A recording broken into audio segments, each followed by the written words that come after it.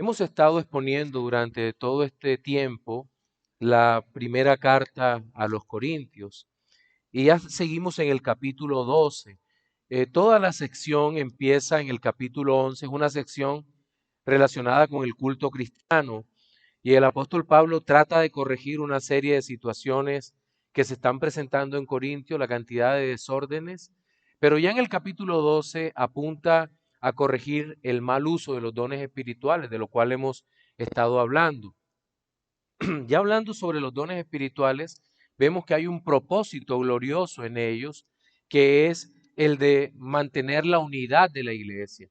La unidad es dada por Cristo, es dada por Dios, y el Espíritu Santo de Dios obra de tal manera que la iglesia se mantiene unida, pero digamos que los medios usados por Dios en su providencia es a través de los dones espirituales que son manifestados a aquellos que Él previamente se los ha dado. En la mañana de hoy vamos a iniciar la sección que va desde el 24, 12:24 hasta el 31. Pero por razones de contexto, le pido que leamos desde el 22. Ya expusimos el 22, ya expusimos el 23, cuando hablamos acerca del cuerpo de Cristo, pero vamos a retomar esos versículos 22 y 23 para poder tener un contexto más claro de lo que vamos a mencionar en nuestra mañana de hoy. Dice la palabra de Dios. Voy a leer en versión Reina Valera. Dice, antes bien, los miembros del cuerpo que parecen más débiles son los más necesarios, y a aquellos del cuerpo que nos parecen menos dignos, a estos vestimos más dignamente, y a los que en nosotros son menos decorosos, se tratan con más decoro. Porque los que en nosotros son más decorosos no tienen necesidad, pero Dios ordenó el cuerpo dando más abundante honor al que le faltaba, para que no haya desaveniencia en el cuerpo, sino que los miembros todos se preocupen los unos por los otros, de manera que si un miembro padece, todos los miembros se duelen con él. Y si un miembro recibe honra, todos los miembros con él se gozan. Vosotros, pues, sois el cuerpo de Cristo y miembros cada uno en particular. Y a unos puso Dios en la iglesia primeramente apóstoles, luego profetas, lo tercero maestros, luego los que hacen milagros, después los que sanan, los que ayudan, los que administran, los que tienen don de lenguas. ¿Son todos apóstoles? ¿Son todos profetas? ¿Todos maestros? ¿Hacen todos milagros? ¿Tienen todos dones de sanidad? ¿Hablan todos lenguas? ¿Interpretan todos?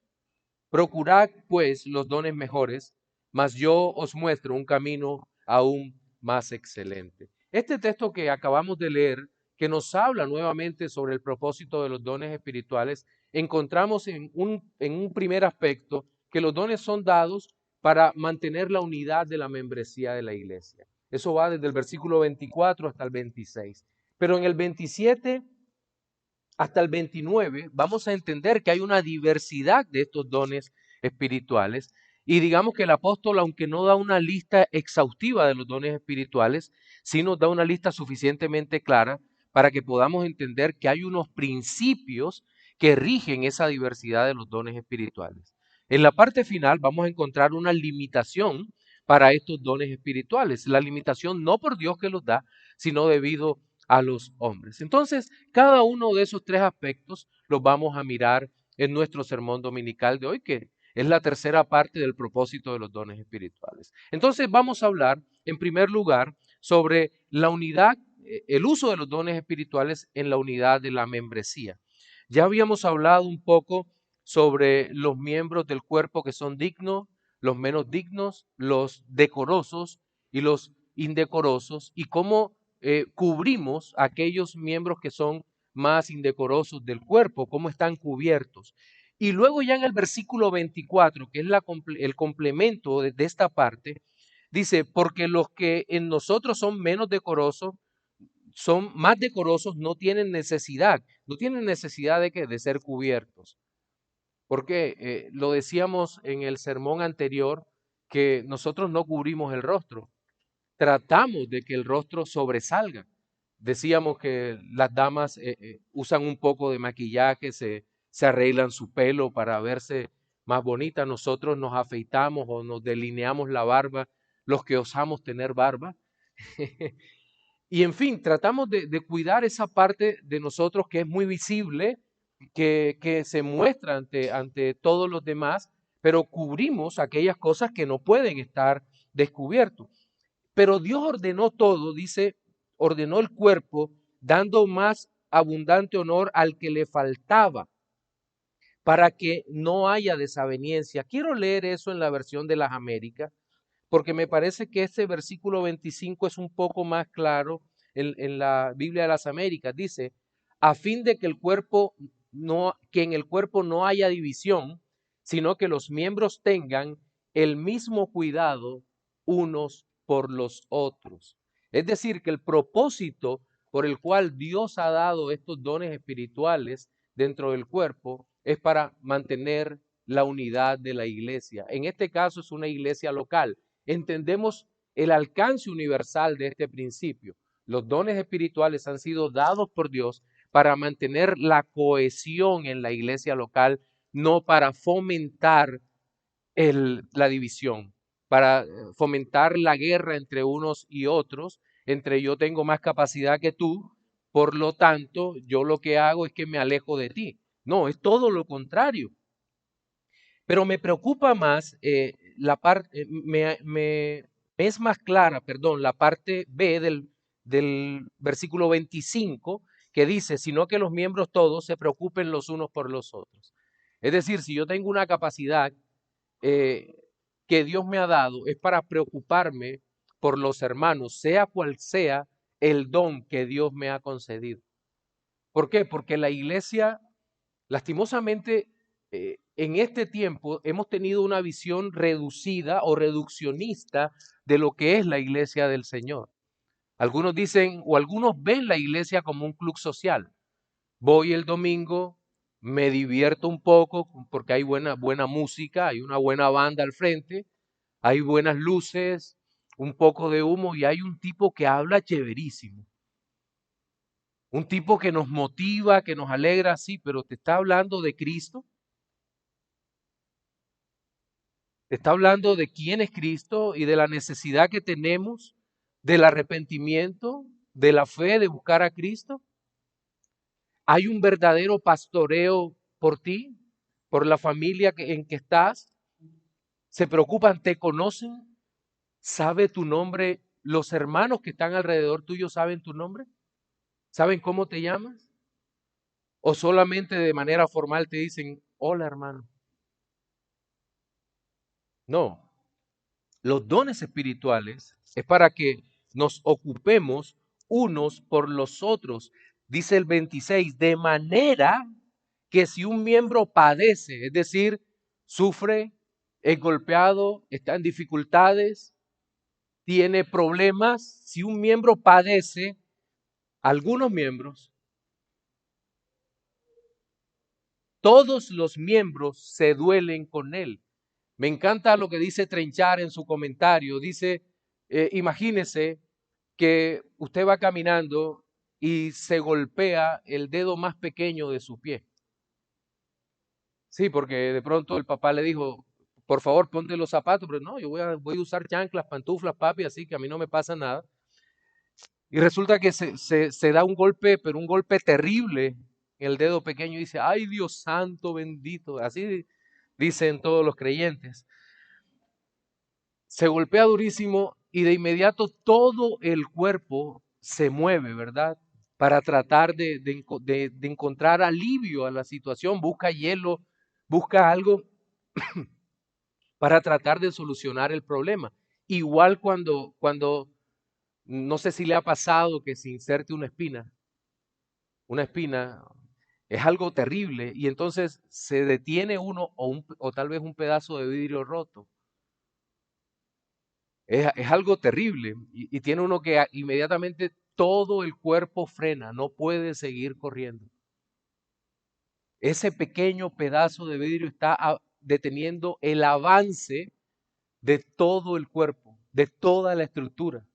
Una cosita de tal vez medio centímetro está afectando totalmente al cuerpo. ¿Qué hace uno? Se agacha, los ojos miran, ¿dónde está? Aquí está, este es el problema.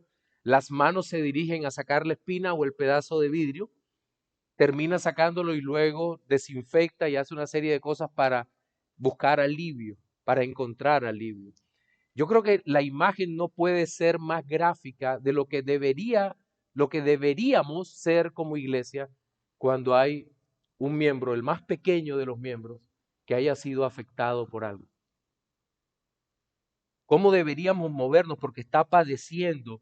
Todos los miembros se duelen con él. Y si un miembro recibe honra, todos los miembros con él se gozan. Decía un gran pastor amigo, decía, Alex, es muy fácil, incluso dentro de una iglesia donde está llena de no creyentes, es decir, la famosa iglesia visible, que los miembros se duelan con el que se duele. Pero cuán difícil es que se gocen con los que se gozan. Cuando alguien recibe honra. ¿Sabe por qué? Porque hay otro aspecto pecaminoso dentro de muchos. Gracias a Dios no es en todos, pero hay un aspecto pecaminoso y es el aspecto de la envidia. El por qué no estoy yo en el lugar de él. ¿Por qué no estoy yo ahí? Debería yo estar y no él. Yo tengo más capacidad. O mejor yo y no ella. Eso puede ocurrir y lastimosamente ocurre con mucha frecuencia. Pero ¿cuál es el mandato bíblico? El mandato bíblico es todos los miembros con él se gozan. La semana pasada, justo el sábado anterior, tuve la oportunidad de participar en la graduación del SRL, del Seminario Reformado Latinoamericano.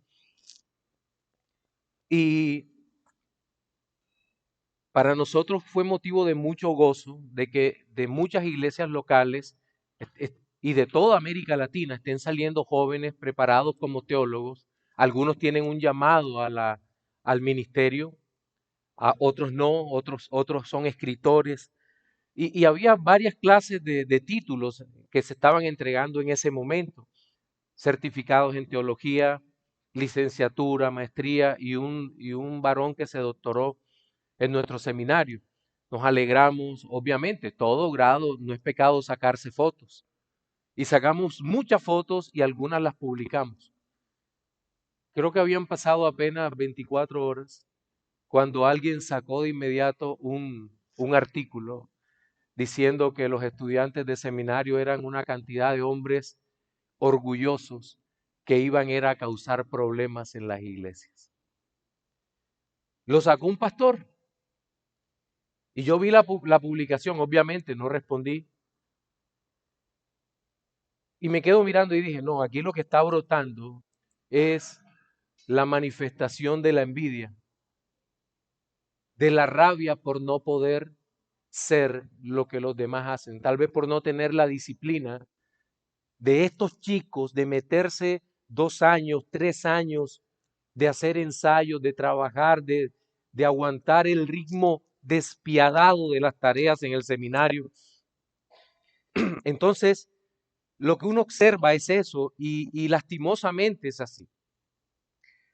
Pero lo que la Biblia nos ordena a los creyentes, si Dios nos ha concedido el nacer de nuevo, es que nosotros como hijos de Dios, cada uno de nosotros, tenemos no solamente que condolernos o tener o dolernos con los hermanos que sufren, sino tener un genuino gozo con aquellos que son exaltados, porque entendemos que Dios en su soberanía puede poner más en alto a unos que a otros.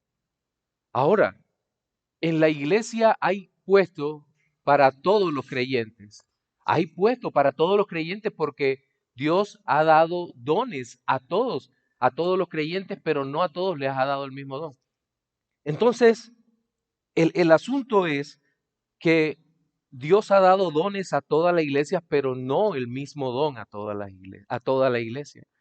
No todos serán pastores, ni diáconos, ni todos podrán ayudar, pero siempre habrá algo que podemos hacer. En la administración hay no es una ley, es como un postulado más bien, que es el 20-80, que 20% de liderazgo y 80% de personas que no son líderes. Eso está muy bien en la empresa, no en la iglesia. En la iglesia la proporción debería ser 100-100. 100 creyentes que sirven a 100 creyentes para la gloria de Dios. Porque es lo que dice la Escritura. Todos los miembros se duelen, todos los miembros se gozan.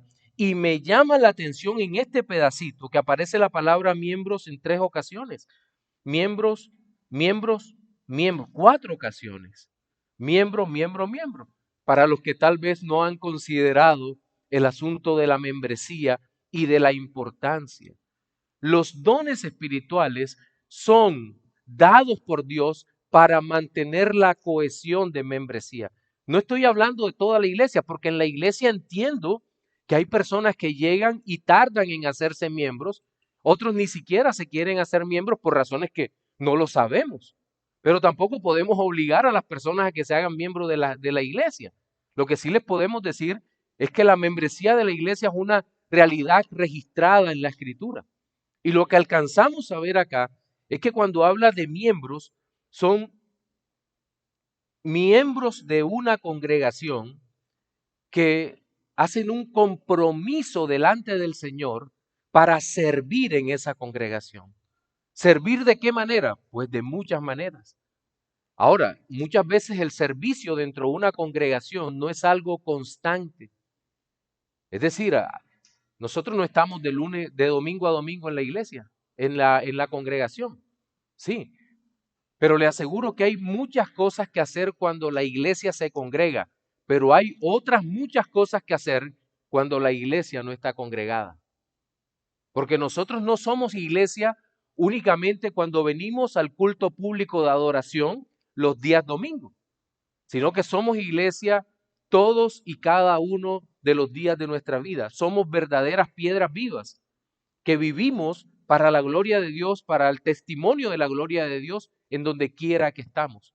Entonces allí también prestamos un servicio. Ahora bien, entiendo y que sea para aclaración de todos nosotros, que hay enfoques diversos y enfoques equivocados sobre el trabajo de membresía de la iglesia. Seguramente usted ha escuchado el, la frase iglesia integral. La iglesia integral, yo pienso que tiene una influencia un poco, un poco destructiva de lo que es la teología de la liberación en América Latina. Es decir, ese deseo de hacer una obra social. No digo que la obra social esté mala, pero la obra social no puede ser el fin de la iglesia. Porque en últimas, y no estoy haciendo una discriminación entre una y otra cosa, no, sino que la iglesia no puede estar enfocada en hacer una obra en personas que no conocen y probablemente no conocerán a Cristo. O vamos a hacer una campaña médica y buscamos a todos los médicos de la iglesia y nos vamos por un barrio tal. Puede ser bueno o puede ser malo, dependiendo del enfoque que tengamos. Pero si el solo propósito de la iglesia de hacer ese tipo de obra, téngalo por seguro que es un enfoque equivocado. Porque la iglesia está llamada es a proclamar el mensaje del Evangelio de Cristo, lo que no puede hacer el mundo, a predicar el Evangelio, a llamar a los pecadores al arrepentimiento y a decirle al mundo que hay esperanza en la persona de Cristo. A eso estamos llamados. Y nosotros como iglesia, como miembros de la iglesia, debemos estar trabajando en esa dirección. Ahora, no estoy anulando ese tipo de actividades, sino que más bien pensemos o replanteemos lo que nosotros sabemos o creemos sobre lo que debe hacer una iglesia local. Entonces, hasta aquí nuestro primer punto. Nuestro primer punto que tiene que ver con la unidad que promueven los dones espirituales en la membresía de la iglesia. Pero luego Pablo va a hablar sobre la diversidad. Recuerden que ya el mismo apóstol ha dicho que aunque Cristo es uno, la iglesia en el cuerpo somos muchos individuos, pero que es una unidad vital dada por Cristo. Somos una iglesia, muchos miembros, pero una iglesia. Y hay diversidad de dones para cada uno de estos miembros. Dice, vosotros pues sois el cuerpo de Cristo y miembros cada uno en particular. Voy a ocuparme de este y del otro versículo. Miembros cada uno en particular.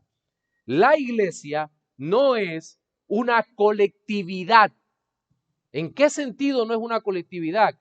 Es decir, cuando entro a la iglesia el individuo desaparece y lo único que queda es una masa sin forma, como una especie de sumatoria de todas las cosas donde se revuelven. No. Por el contrario, la Biblia nos enseña que los miembros somos individuos que Dios distingue y que Dios nos conoce por nombre y formamos como iglesia local. Creo que la mejor ilustración que podemos usar aquí es la de una familia, donde el Padre es nuestro Dios, pero todos nos amamos en el amor de Cristo porque estamos unidos de forma indirecta por la acción del Espíritu Santo, unidos entre nosotros, porque la unión que Dios nos da es por su Espíritu, pero nos amamos unos a otros es por la unión del Espíritu Santo obrando en nuestras vidas.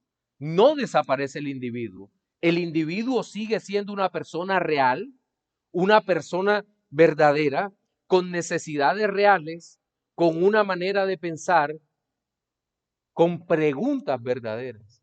Yo no sé si a usted le pasa esto que muchas veces llegan hermanos y dicen, uno le pregunta, ¿y por qué saliste de la congregación? Y le dicen, no, salí de la congregación porque preguntaba mucho.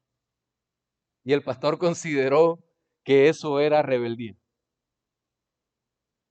No, mis hermanos. No, es un individuo que tiene inquietudes verdaderas, que realmente quiere que le absuelvan las preguntas. Y obviamente estamos en la obligación de responder a las preguntas de esos individuos. Son verdaderos, no es un rebelde, es un creyente que tiene verdaderas dudas.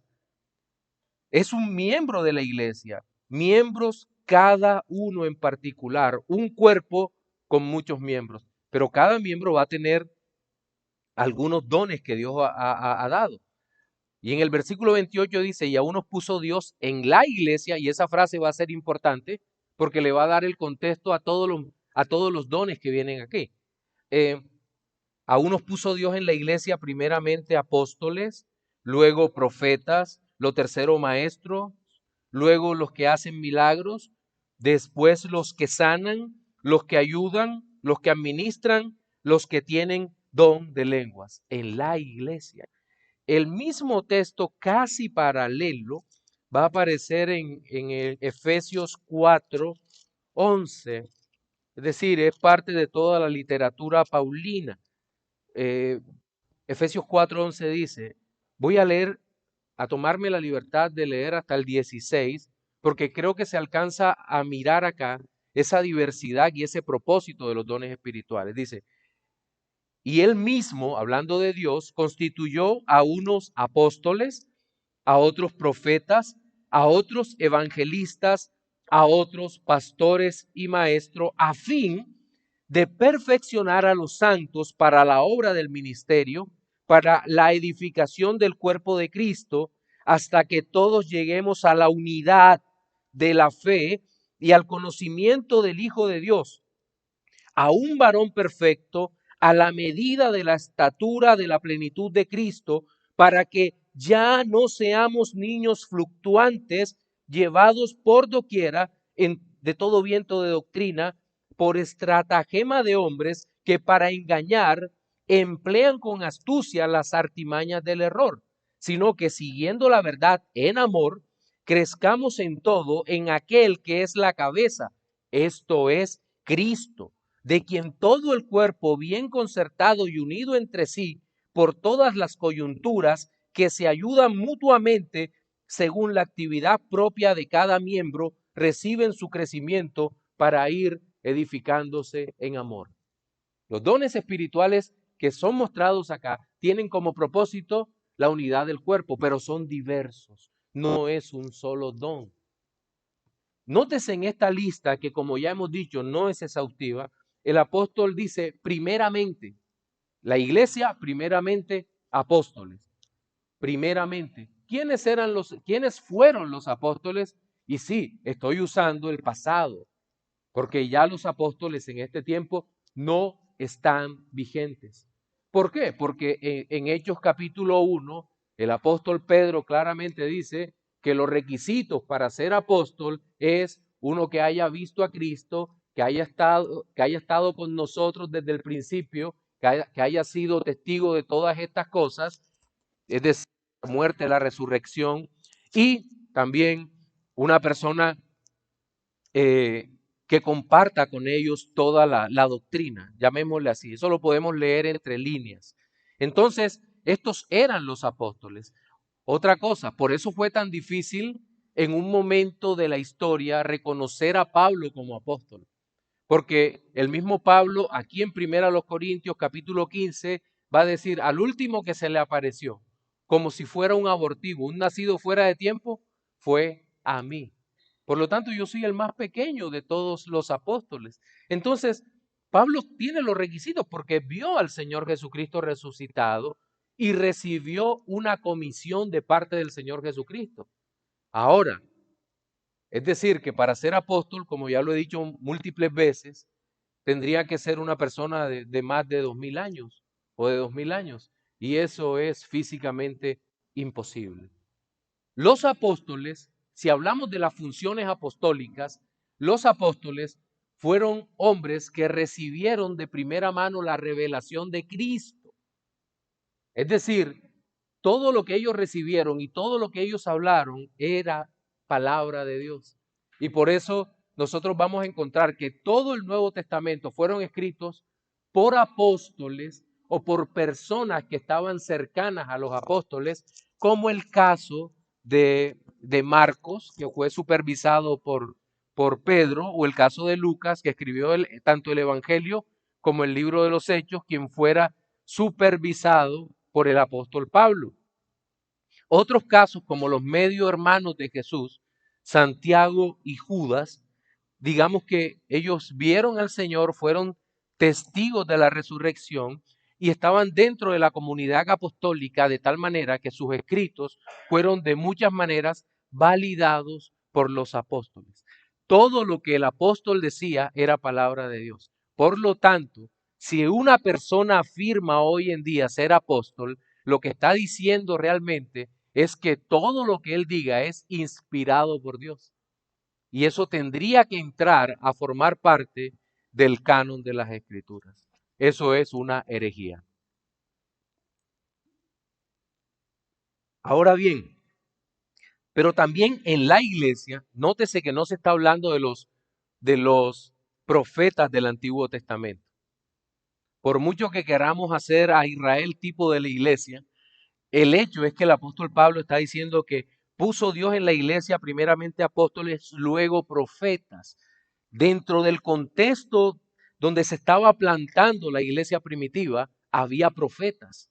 ¿Y quiénes eran los profetas? Pues estos hombres recibían también una iluminación del cielo con una verdad que tenía que ser transmitida al pueblo. Es decir, hablaban de parte de Dios al pueblo en sentido profético. Sentido profético no significa que siempre estaban hablando del futuro. No, estaban llamando al arrepentimiento, estaban predicando la santa palabra de Dios y muchos iban a creer a través de lo que estos profetas dijeran. Es más, en el Nuevo Testamento aparece Agabo, un profeta, que predijo tanto una sequía, una hambruna, como también el cautiverio de Pablo, Agabo. lo predijo, pero predicaba el evangelio, era reconocido como profeta. Dice, lo tercero, maestros. En el texto paralelo de Efesios 4:11 dice al final pastores y maestros. Y lo cierto es que todo pastor no debe, tiene que ser maestro, porque si no sabe enseñar, no puede ser pastor. Pero hay otros maestros, hermanos dotados que tal vez no tengan el llamado pastoral, pero que tienen una capacidad extraordinaria para enseñar. Y obviamente la iglesia no los va a sentar, sino que la iglesia lo va a usar para que pueda edificarnos a todos. Estos maestros tienen una capacidad extraordinaria porque hacen fácil lo que es muy difícil. No al revés. Hay otras personas que hacen difícil lo que es realmente fácil. Y lo curioso en este tiempo, y voy a hablar como una crítica constructiva para nosotros mismos como reformados, a veces parece que nos deleitamos en las cosas difíciles y que nadie entienda lo que estamos diciendo. En serio. Miren, alguna vez eh, llegaba un hermano casi llorando, pastor, nadie me entiende, que cuando yo enseño no me entienden. Yo decía, bueno, tienes que trabajar en la claridad. Una de las luchas más grandes que tenemos en nuestro corazón es por presentar la santa palabra de Dios de una manera tan, pero tan clara que todos lo entiendan, hasta los niños. Y él decía, y nuevamente, y luego hablaba con el pastor Oduber, pastor, es que nadie me entiende. Ya como la cuarta vez, creo que ya Oduber molesto dijo, sí, nadie te entiende. Sí, hacía muy difícil lo que era relativamente fácil. Y a veces nos gusta la terminología. Podemos usar terminología que sea terminología avanzada. Es necesario usarla, pero expliquemos qué traduce. Porque si, ¿qué tal que uno se presente acá y va a explicar Apocalipsis y diga, amados hermanos, la exégesis de Apocalipsis solo puede ser entendida a través de un método sincrónico, porque de otra manera va a ser muy difícil entender la finalidad del texto mismo. Y por allá nos falta el que está con la boca abierta. ¡Wow! Hermoso. ¿Y entendiste? No, pero es hermoso lo que está diciendo. No, creo que es más fácil decir, la interpretación de Apocalipsis básicamente son 7 secciones que van creciendo en complejidad hasta que llega a la última.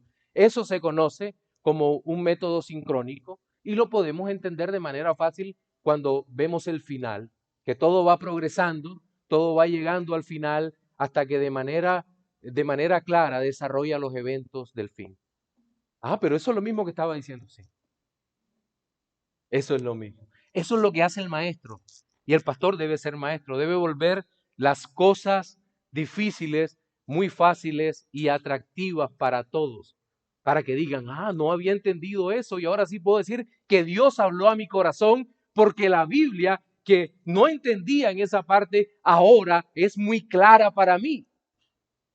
Y no se imagina cuánto gozo hay cuando eso ocurre, porque la idea es que conozcan a Cristo, no que Cristo se oculte en nuestras propias palabras. Maestros, luego los que hacen milagros, ¿quiénes eran estos? Estos hermanos, al parecer, tenían ese don y casi siempre esta parte se relaciona con la capacidad de echar fuera demonios y demás. Y esto iba junto con el otro, los que hacen sanidades.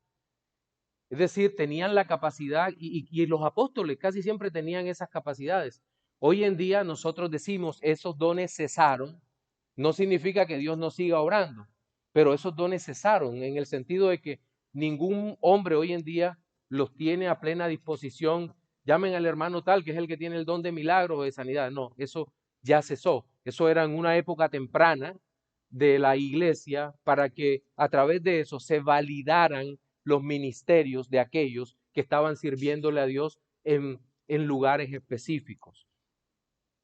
Entonces, los que hacen, los que sanan, los que ayudan, los que administran, los que tienen don de lenguas. Ayudar y administrar, digamos que es un don por la forma como está estructurada la lista del apóstol Pablo, el ayudar era considerado poca cosa entre la iglesia de los Corintios. No, no, es que yo no muevo una silla, no barro, no ayudo a los hermanos, o el administrar eran considerados poca cosa. Lo que más importaba dentro del ambiente corintio era el don de lenguas que aparece al final. Ahora, ¿de qué trataba el don de lenguas? Bien, de esto vamos a hablar con mayor detalle cuando lleguemos al capítulo 14. Pero les puedo adelantar algo. Nadie hoy en día sabe con precisión de qué trataba esa parte de lo cual habla el apóstol Pablo.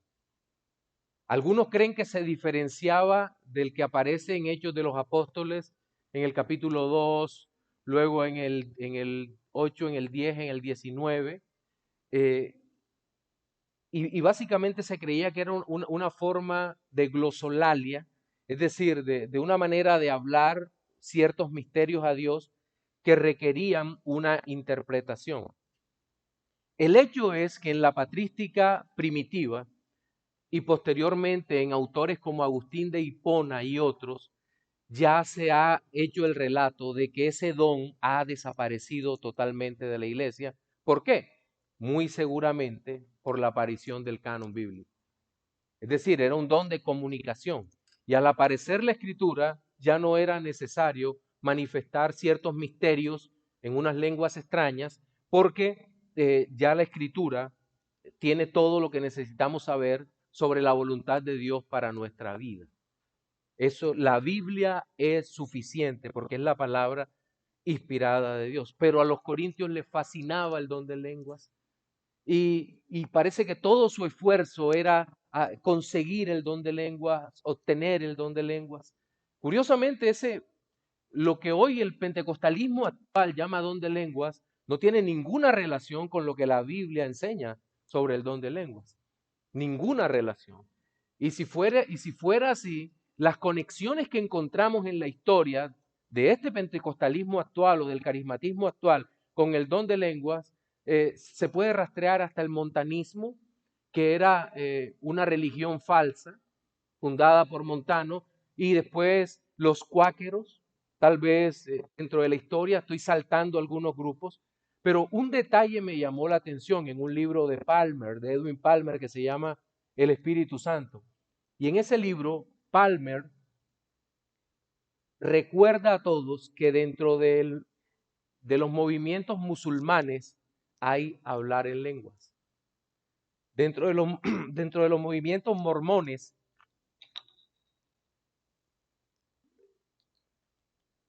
hay hablar en lenguas. Dentro de la renovación carismática católica hay hablar en lenguas. Dentro de las religiones budistas hay hablar en lenguas. Y todos se caracterizan por el mismo patrón, no tienen patrón. Entonces, estamos más bien ante una experiencia estática, una experiencia que no tiene nada que ver con la escritura hoy en día y que no se relaciona con lo que el apóstol Pablo estaba diciendo acá. Entonces, lo que vemos acá es una diversidad de dones que fueron dados por Dios para edificar a la iglesia. Diversidad de dones que edifican a la iglesia. Pero luego va a venir, ya en el último punto, una restricción o una limitante para los dones, que el mismo apóstol nos presenta a partir del versículo 29. Dice, ¿son todos apóstoles? Es evidente que no. Tal vez habría 14, 15 personas que podrían ser reconocidos como ese tipo de apóstoles. ¿Son todos apóstoles? No, no eran todos apóstoles y en el tiempo no sobreviviría el ministerio apostólico porque daría paso al canon de la escritura. ¿Son todos profetas? Es evidente que no. Y por eso en el capítulo 14 Pablo dice, ojalá todos profetizaran, porque no son todos profetas. No todos podían develar esos misterios. ¿Son todos maestros? Ya hemos visto, no, todos no son maestros, no pueden ser maestros. ¿Hacen todos milagros? No, es evidente. Todas estas preguntas requieren una respuesta negativa. No, no, no, no. ¿Tienen todos dones de sanidad? Tampoco. No todos tenían dones de sanidad. No, no puede ser como en algunos libros que encontramos que dicen cosas mayores que estas haremos, toman el texto bíblico. Eso significa que para todos y cada uno de los creyentes están disponibles estos dones espirituales. No, eso estuvo en un momento y la restricción del apóstol es que no es para todos. Tienen todos dones de sanidad, hablan todos lenguas, interpretan todos. Pero ¿sabe lo que me llama la atención de esta serie de preguntas retóricas? Que no aparece una pregunta así como ¿todos ayudan o todos administran? Porque se establece la obligación de todos ayudar y todos ser buenos administradores. No hay una limitación para eso. No hay una limitación para eso. Todos estamos llamados a ayudar. Pero con estos dones visibles que están allí, que estaban presentes, hay una restricción. Y la restricción cesa al final de todo. Y cierra el pasaje con un imperativo. Procurad pues los dones mejores. ¿Cuáles son los dones mejores? ¿Hay unos dones mejores que otros? Y segunda pregunta, ¿el apóstol está llamando a que se ocupen más de unos dones que otros? ¿No acabamos de decir que Dios distribuye los dones como Él quiere de manera soberana? Entonces, ¿a qué se está refiriendo el apóstol en esto? Pues creo que la segunda parte del versículo 31 nos ofrece claridad sobre este texto. Dice, pero yo muestro un camino más excelente. Lo que está haciendo acá es mostrando que hay algo que supera cualquier visión que tengamos sobre los dones espirituales. Y se trata del amor, que va a ser el sermón que cuando vuelva a subirme al púlpito, si Dios nos lo permite, vamos a exponer. Pero claramente está diciendo, bueno, de hecho, la división acá es bastante desafortunada en esta parte. La división en capítulos acá es desafortunada porque hay una unidad en toda esta sección del 11 hasta el 14. Pero aquí lo que está apuntando es a esto, que de nada serviría, como lo vamos a ver posteriormente, ejercer cualquier cantidad de dones si el elemento crucial del amor de Dios no ha sido derramado en nuestros corazones por el Espíritu Santo de Dios.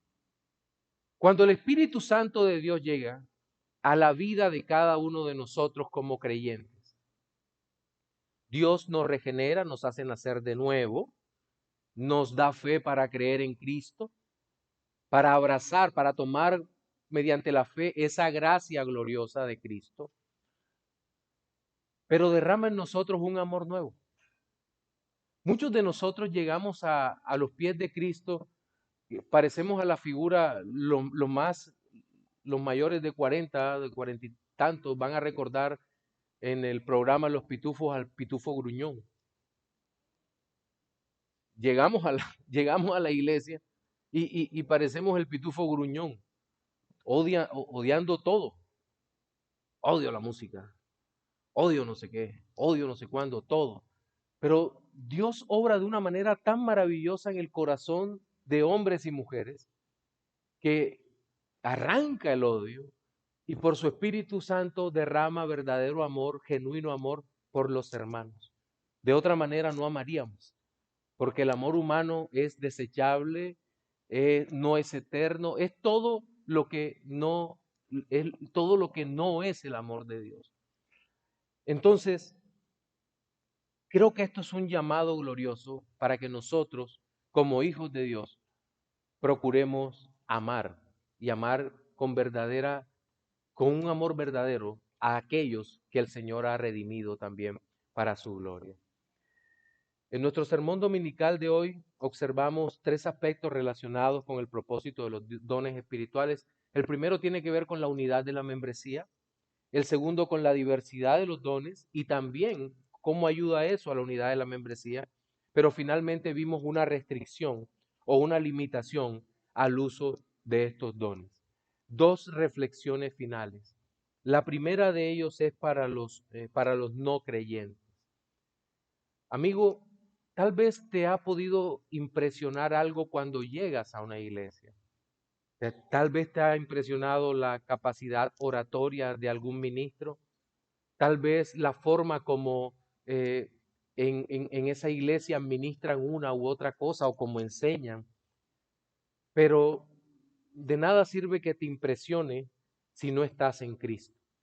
El Señor hace un llamado, es al arrepentimiento verdadero, y el propósito final de cada una de estas enseñanzas o de estas predicaciones es que vengas a los pies de Cristo y que los que están a los pies de Cristo sean edificados. Por lo tanto, el llamado es para que vengas a los pies de Cristo y confíes en Él como tu único y suficiente Salvador. La segunda reflexión es para nosotros, para los creyentes. Nosotros no tenemos algo así o no somos tan ingenuos de pensar que un test nos puede resolver nuestra verdadera vocación de servicio a Dios. Pero el hecho es que Dios ha derramado abundantes dones espirituales en la iglesia y que si Dios nos está orientando a trabajar en pos de la iglesia, lo hagamos y que lo hagamos todo para la gloria de Dios. Que ese sea el deseo que Dios pone en nuestro corazón y afina ese don en nuestras almas. Soli Deo Gloria.